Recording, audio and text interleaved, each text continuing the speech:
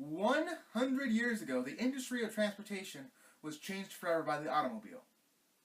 I believe that over the next 100 years, we'll see a similar change to inner-city transportation with the electronic scooter.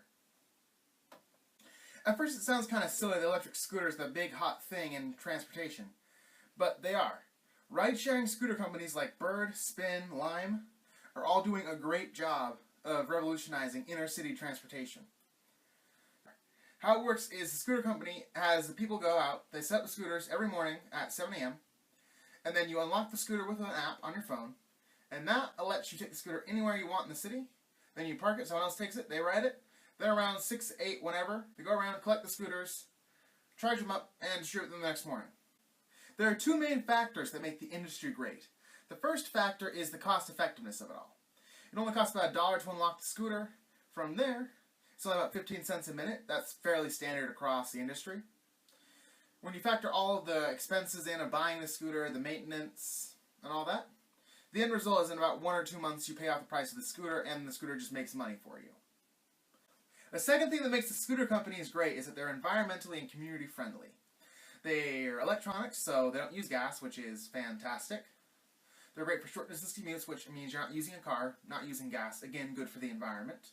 The other important factor is the community, which, since they pay people in the community to find their scooters, bring them back in, charge them, and redistribute them, it puts money back into the community without giving you payroll expenses. There are some problems with the industry at large. The first being that they tend to just drop the scooters into cities overnight and then let it get sorted out in the courts and such later, which means several cities have banned electronic scooters. The company Bird has paid a $30,000 lawsuit out. It's, not good for anybody. The other problem with the scooter companies is, of course, the liability inherent in letting people rent electronic scooters which can go 15 miles an hour. But the companies all seem to be doing a good job of trying to mitigate those liabilities as best as possible, though the batteries aren't being charged according to standard safety practices. So the company I think we should back is Spin, because they're the ones that follow the rules and talk to the governments before they install their scooters into the city.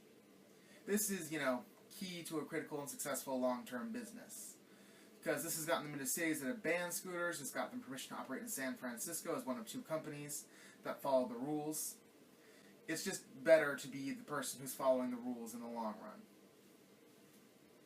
The other important factor for this company is, of course, that they're smaller than both Bird and Lime. Both of these have received a lot of investment funding and don't necessarily need more at the moment, especially since they're looking at partnerships with other companies in the rideshare industry. This is an industry we can't afford to pass up. It's growing so fast and it's going to change cities forever. So, this is why I recommend investing in Spin.